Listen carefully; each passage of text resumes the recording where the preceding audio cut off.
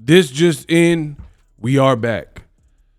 Jaron Boots Ennis is planning on attending Vergil Ortiz's upcoming fight with Erickson Lubin. In this video, I'm going to break down the details.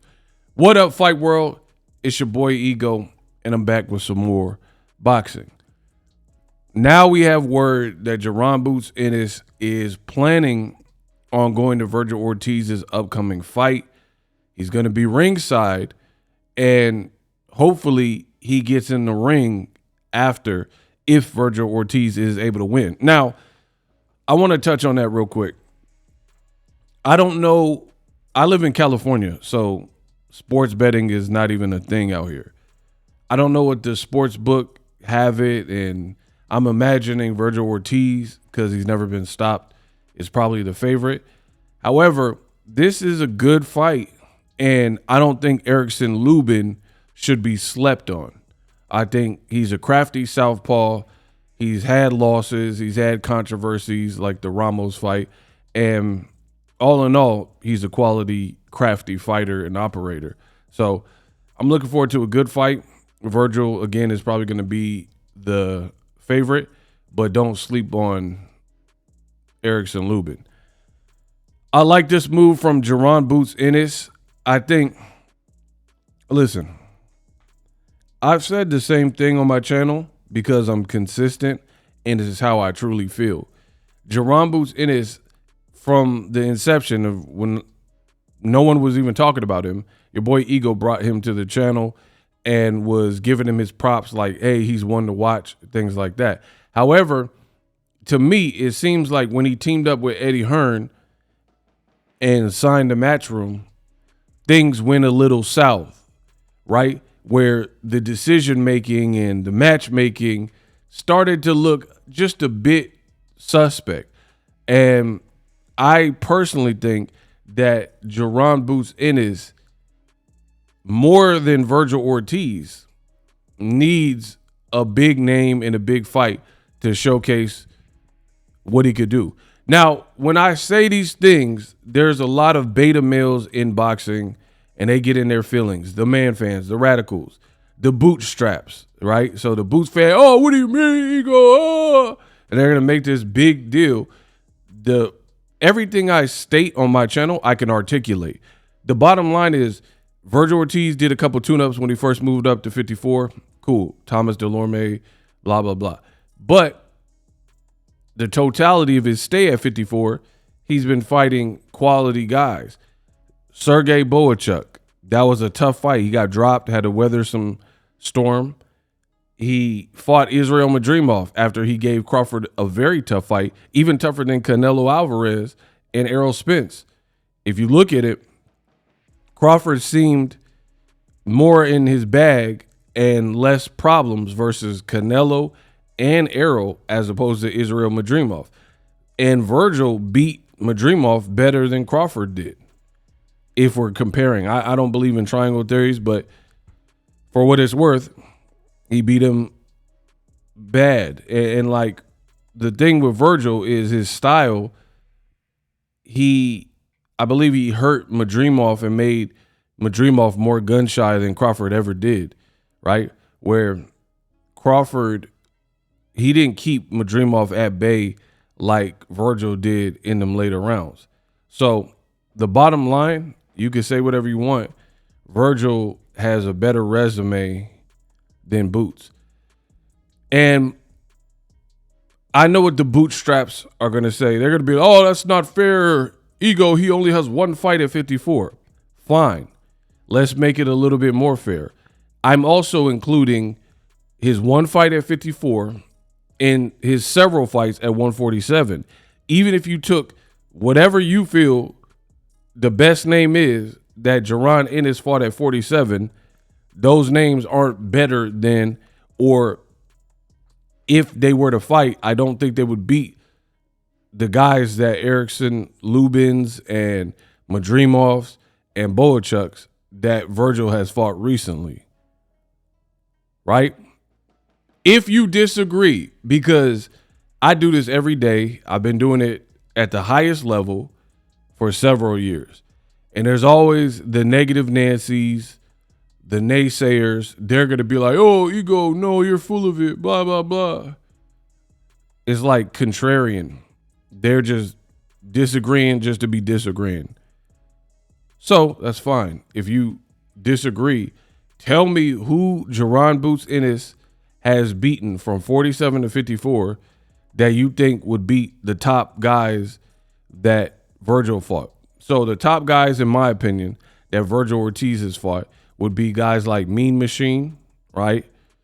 Guys like Boachuk, Sergey Boachuk, Madrimov, and then he's getting ready to fight Erickson Lubin. So a little bit of an asterisk because we haven't got to the fight, but it's next week. So once that's completed, it'll for sure be, because the intent is there. He's already signed up to fight Lubin. They've done the face-off, press conference, posters. We just got to make it to a fight. So hopefully we get there. But even if you put an asterisk and scoot Erickson Lubin to the side, I think Mean Machine, Boachuk, and Madrimov still are better and more dangerous fights than Chris Van Herding, Sergey Lipinets, who just lost over the weekend again, right? And his eye was like this big. Guys, who else did Boots fight? Stanionis. Stanionis is solid, but he also had inactivity, and I don't know. I don't think he was coming off a performance versus Gabriel Maestre that wasn't really convincing. You got to know your boxing to compete with me. You know what I mean? Because I know my stuff, and I know who was who and who fought who and what they look like in the fight. If you don't, that's on you. So back to it. Boots, I think going to the Vergil Ortiz fight is a strong move that will help because it'll show some resolve. And here's the thing. As of me recording this video, it could change, possibly, depending on what I see. That's how boxing works. But right now, if Boots were to fight Vergil Ortiz, let's say Vergil Ortiz beats Erickson Lubin, I would actually favor Boots. See, I'm the realist in the game where I can criticize you and give you the constructive, fair criticism, but still keep it real. Like other people, they hate on fighters. Like the people who dislike Gervonta Davis, it's negative, negative, negative. There's no positivity. There's no positive spin. There's no like benefit of the doubt given. Me, I don't do that. I treat every fighter the same. I don't have no personal disdain or hate, but I'm going to keep it real. I would favor Boots to beat Vergil Ortiz. I'm not saying it'll be an easy fight, and he still has to prove it by actually fighting him. So him going to the press conference does make a decent statement, and then the ultimate statement would be if he gets the fight and wins the fight. But step in the right direction for sure, because there was an interview with Jaron Ennis, and he was like, I might go to the fight. I don't know. And I'm like, you already beat Lima. You're saying this is what you want next. Neither one of you are going to fight again for the rest of 2025. So why not actually go? The fight's in Texas. You live in Philly. It's not like a hard flight and accommodation to make. You got money. You know, they'll comp you the tickets, whatever. So I didn't really even understand Boots saying, I might go to the fight. Like, that's something you should. People was troublesome to me, at least, with this new generation is you got fighters within this new generation that are really good fighters, really talented fighters, but they suck at branding themselves, making themselves a name brand. And then what I'm noticing is you got fighters who got that in their arsenal, but then they don't necessarily have the skills and the style to match to actually be here for a long time undefeated, right? What do I mean? So like Edgar Berlanga, he could build a fight. Like he could get under people's skin, do a little trash talking. He got the jewelry. He got the fresh fade, the Caesar. So he got that going, right? The drip, Balenciaga, you know what I mean? Whatever. He got that going. but then he lose to Canelo and lose to Hamza Shiraz, the biggest names. Same thing with Ryan Garcia. Ryan found a way to connect to the fans, get people to pay attention to him, amass this following on social media. That part is all good. He's one of the most branded fighters in boxing. But then you look at the career, you just lost to Rolly, you lost to Tank, so you lost, and in the Devin fight virtually doesn't count because you tested positive. So you lost every big fight. You've never been a champion, but you got the branding down. Then you got a guy like Jaron Boots Ennis who can fight his ass off, got the skills, but then personality-wise, it's kind of like a doorstop. And then he's already taken that kind of like Crawford approach where he's dissing the media and boxing fans and like, man, the boxing media, man, they don't know whatever. Bro, you need the boxing media because you got portion of the package, pause, in terms of the fight ability, ring IQ. So you could be here for a while. You just need the resume. But to get to superstar status is going to require you to get out of your comfort zone. And that's what I noticed. A lot of these guys, maybe they're making good money, or for them was making good money. But to make that Floyd Mayweather Canelo superstar money, you got to attract fans and make people root for you, right? Imagine being an actor and you're just blah and you got a new movie coming out, but then you don't go on no press run.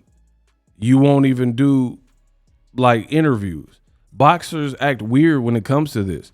Like you got a guy like Denzel Washington who's been a professional actor as long as I've been on this planet pretty much, right? So all these years in the game, like when did Glory come out? Like 89, 88, like 1989, he getting an Oscar, right? Denzel is still acting, still dropping highest to lowest in new movies, Gladiator 2, and going on a press run. Do you understand these actors like De Niro and Denzel, the actors that have been here for a while, Brad Pitt, that have been here for a long while, right? They done seen the 80s, the 90s, the 2000s to where we're at right now.